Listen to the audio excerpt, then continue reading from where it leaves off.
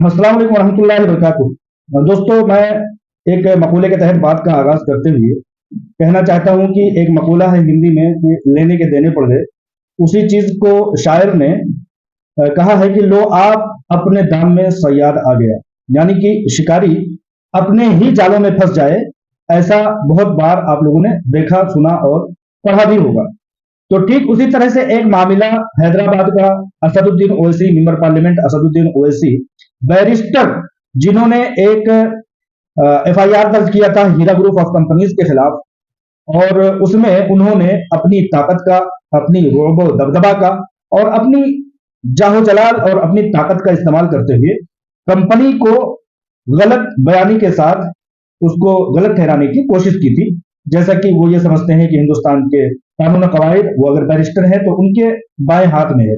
हालांकि देखने में यह आता है कि असदुद्दीन ओवैसी चीखते हैं, चिल्लाते हैं, शोर करते हैं, तमाम भड़के हुए मामलात पर वो बहुत तेज तेज तकरीरें करते हुए नजर आते हैं।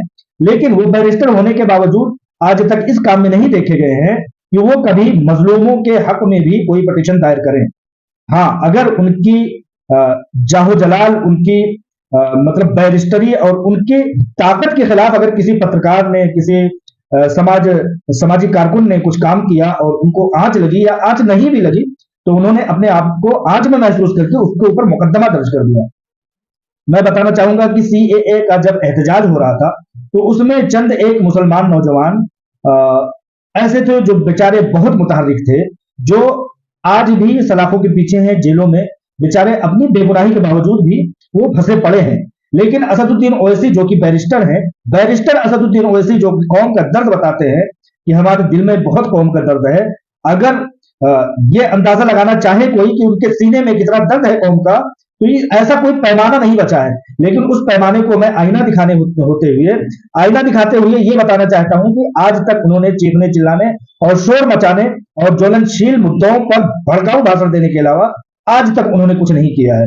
जैसा कि मैंने बताया कि मुल्क की जेलों में बेगुनाह पड़े मुस्लिम कैदियों, मुस्लिम नौजवान कैदियों पर अगर वो काम कर लेते, जैसा कि वो बैरिस्टर है, तो आज कितने घर के चिराग रोशन होते। लेकिन वो ऐसा नहीं करेंगे। वो एक बहुत बड़े बहरूपिया साबित हुए हैं, बहुत बड़े ढकोलेबाज साबित हुए हैं।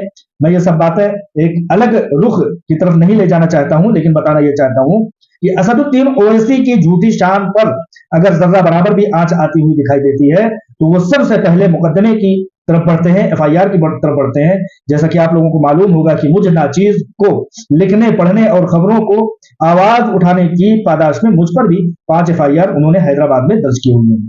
तो मैं कहना यह चाहता हूं कि हैदराबाद से चलने वाली एक company Heera group of companies के ऊपर असदुद्दीन ओवैसी ने यह इल्जाम लगाया था 2012 में कि यह कंपनी कहीं से कहीं तक नहीं है, जिसकी जांच पड़ताल करने के लिए असदुद्दीन ओवैसी के शहजोरों पर, उनकी हुकूमतों के पादाश में, उनकी ताकतों के बलबूते पर उस कंपनी का 4 साल तक समझिए कि जांच पड़ताल चला था। 2016 में अपने ही एफआईआर में असदुद्दीन ओवैसी साहब शिकस्त फाश खाए, हार गए, जिल्लत आमेर शिकस्त उनका मुकद्दर हुई। अब उनको 2017 से लेकर के अब तक उनको 100 करोड़ मुकदमे की समाअत का सामना है। अभी तक 2017 से लेकर के अभी तक वो अपनी ताकत के बलबूते पर केस को आगे बढ़ाने के लिए, केस को खत्म करने के लिए तमाम तरह की ताकतों का इस्तेमाल करते रहे हैं, लेकिन उनसे कोई जवाब बन नहीं पाया है। अभी हालिया आज के दिनों में जो समाअत हुई है हाई कोर्ट में, उसमें हाई कोर्ट ऑफ तेलंगाना में, उसमें असदुद्दीन ओवैसी साहब ने इस बात की पिटीशन दायर की थी कि समाअत किया जाए कि इस मुकदमे की जरूरत है कि नहीं है। इस बात की समाअत करते हुए असदुद्दीन ओवैसी के इस एप्लीकेशन को, इस दरखास्त को हाईकोर्ट जज ने मुस्तरद करते हुए उसको जल्द से जल्द सुनवाई में लाने का एक फैसला सुनाया है। तो यही हुआ कि लो आप अपने दाम में सयाद आ गया। असदुद्दीन ओवैसी जो अदालतों को, हुकूमतों को अपने बाएं हाथ का खेल समझते हैं, आज उन्हीं अदालतों में, उन्हीं एफआईआर के मामले में असदुद्दीन ओवैसी उलझ करके रह गए हैं।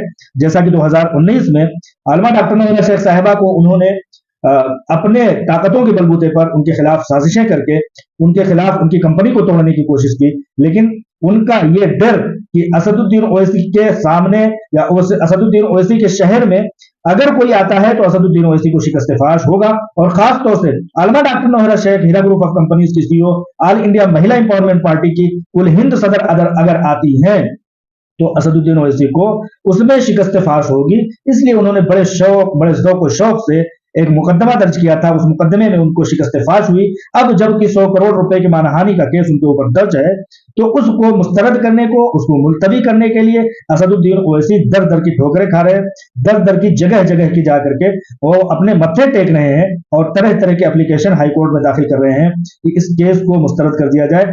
सामने इलेक्शन है, अभी पिछले इलेक्शन में वो बुरी तरह से हारते हारते बचे, कैसे कैसे वो जीते हैं ये सब जानते हैं, खासतौर से तेलंगाना और हैदराबाद के लोग जानते हैं। अब असदुद्दीन ओवैसी साहब भी बौखलाए हुए हैं, वो ये जानते हैं कि अगर ये मुकदमा चलता रहा तो बहुत जल्द उन्हें शिकस्त फाश होगी, जेल की सलाखों के पीछे जाना पड़ेगा और उनको एक मानहानि के केस का दावा है, जिसकी वजह से उनको दुनिया में कहीं भी दिल्लत और रुसवाई से कोई नहीं बचा सकता है। लिहाजा उसको मुस्तरद करने के लिए, उसको मुलतवी करने के लिए तमाम ताकतें वो लगा रहे हैं। अब हाल ये है कि उनकी कोई चीज नहीं सुनी जा रही है।